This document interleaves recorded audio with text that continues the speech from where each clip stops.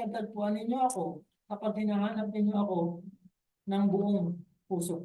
So, yun po ang isa sa mga paraan upang tayo ay magkaroon ng o mapanatili ang ating ugnayan sa Diyos. Hanapin po natin siya ng buong puso. Hindi yung half-heartedly seeking. Yung hindi yung kapag minsan hindi po natin ninanais na tayo maging consistent. So dapat ang paghahanap po sa Diyos dapat buong puso.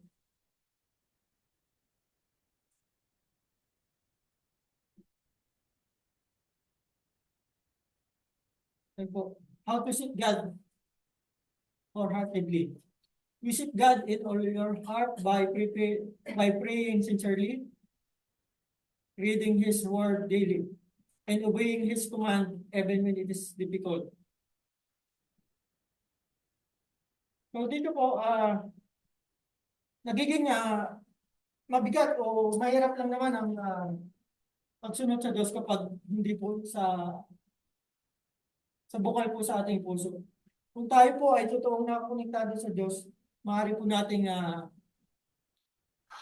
masasabi po natin magiging magaan sapagkat alam po natin na ang salita ng Diyos ay banayad. So, pinapakita po dito ang kahalagahan ng panalangin. So, para mahanap natin ang Diyos, kailangan po natin maging madasalin. So, ang totoong channel po talaga natin sa Diyos ay ang panalangin. So, ang pinakamagandang halimbawa din po dyan, yung ating Panginoong Kristo. So, natapos, yun po ni brother namin kung ilang beses sa manalangin. Yung mahigit 5. Dito nga, yung sa bago niya, iselect yung kanyang mga apostol nang nalangin ang ating Panginoong Kristo overnight. Para lang po masilip na yung kanyang 12 apostol. So ganun po ka-importante sa bawat sa atin, sa ating mga mananampalataya para maging konektado tayo sa Diyos, manatiling konektado sa Diyos, tayo po ay maging madasalin.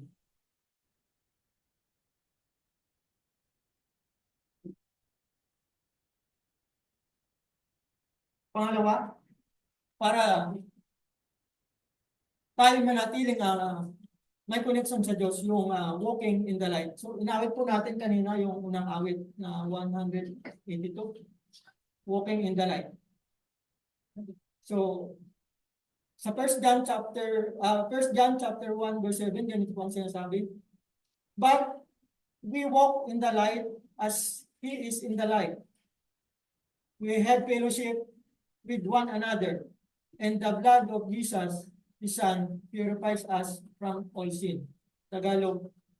Ngunit kung tayo ay lumalakad sa liwanag, gaya ng siya'y nasa liwanag, tayo may pakikisama sa isa't isa. At ang dugo ni Jesus na kanyang anak ay luminis sa atin sa lahat ng ating kasalanan. So dapat po bilang pananampalataya ng Diyos para po ma-maintain po natin ang ating pakikisama sa Kanya o connection, ay kailangan po natin lumakad sa liwanag. Na kagaya ng Diyos na lumalakad sa liwanag.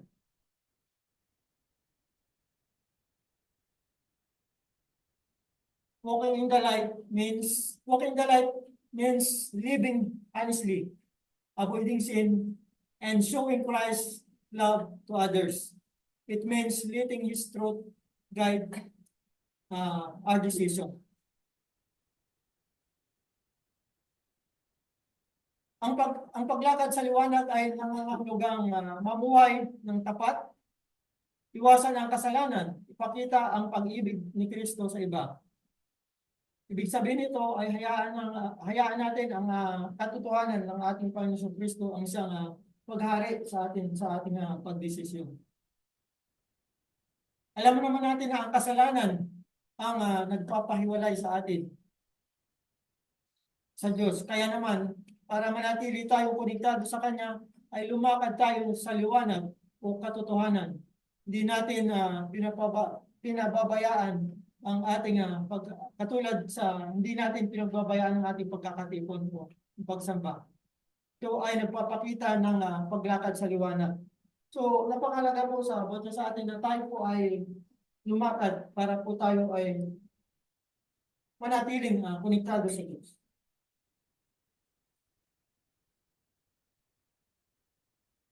So, pangatlo po, para po tayo ay manatiling konektado sa Diyos ay yung nabanggit na po natin kanina, yung panalangin and peace. So naman po yung pangatlo, prayer and peace.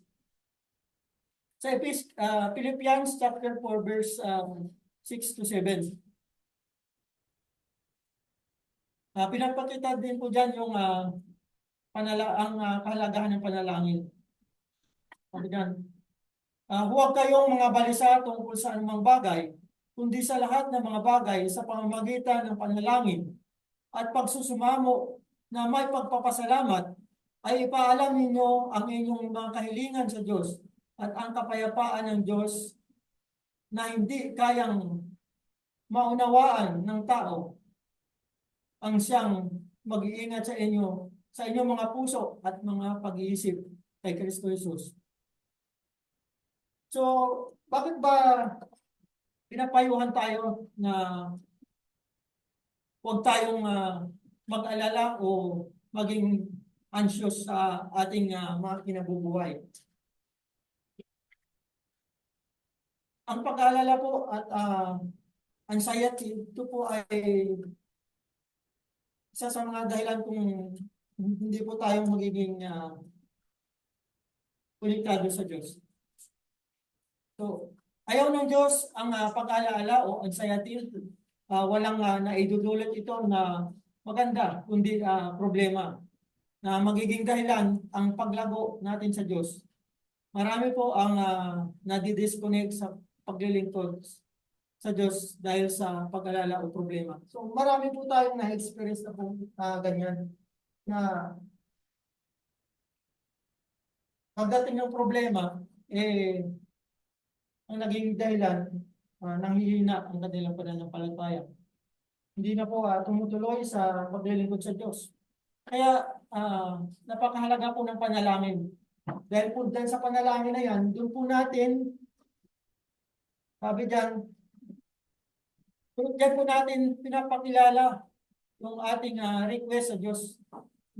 Sabi dyan, ipaalam ninyo ang inyong mga kahilingan sa Diyos at ang kapayapaan ng Diyos na hindi kayang maunawaan. So napakalaga po ng panalangin na dapat po natin ugaliin ng manalangin upang tayo ay totoong laging konektado sa Diyos.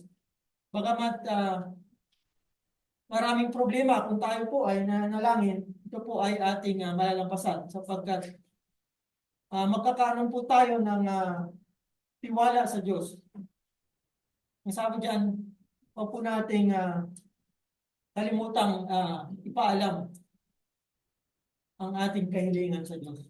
So, ugaliin po natin manalangin upang tayo po ay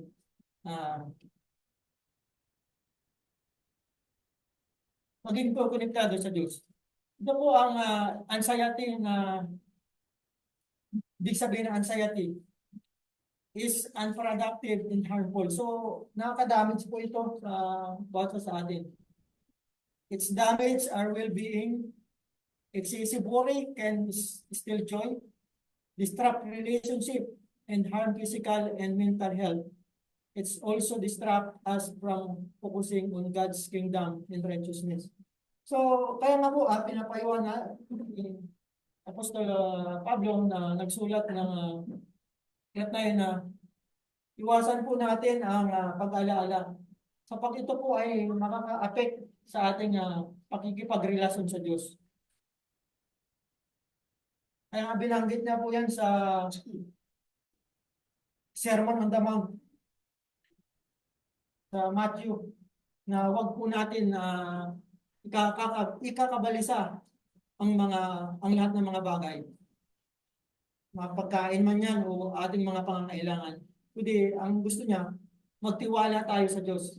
Kaya nga po tayo nakakabit sa Kanya, ay inaasahan tayo na tayo ay magtiwala. Sabi nga na kanina na dapat po nating maging bunga ay yung magkaroon tayo ng pag-asa.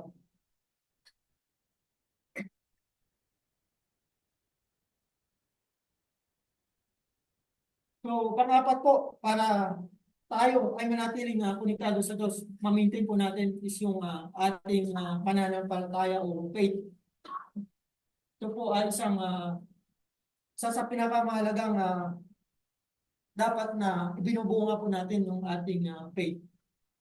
Sabi nga dito sa Hebreo, chapter 11, verse 6, and without faith, it is impossible to please God. Because anyone who comes to him must believe that exists and that he rewards to those who earnestly seek him. So, napakaganda po ang magiging bunga kung tayo po ay may pananampalataya sa Diyos. Sabi nga dito, at kung walang pananampalataya ay imposibleng alugod-lugod sa Diyos. So hindi po tayo magiging hindi po tayo tatagal sa ating connection sa Diyos kung wala po tayong pananampalataya. Dapat magkaroon po tayo ng malakas na pananampalataya upang makapanatili tayo na konektado sa Kanya.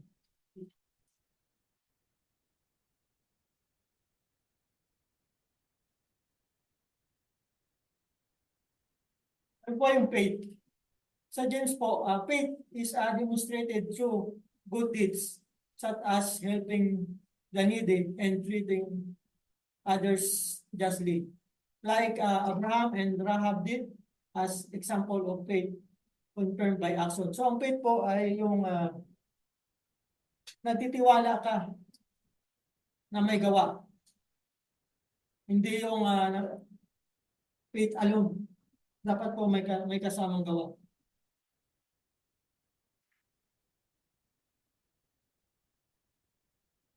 So bilang conclusion po ng mensahe nito, gusto ko pong iwan sa inyo na being connected to God is not just a Sunday activity, it's a daily relationship. When we remain in Him, seek Him wholeheartedly, walk in His life, pray with faith, bear more fruits, obedience, and trust His promise. Yun lamang po at maraming pong salamat. Amen. Thank you.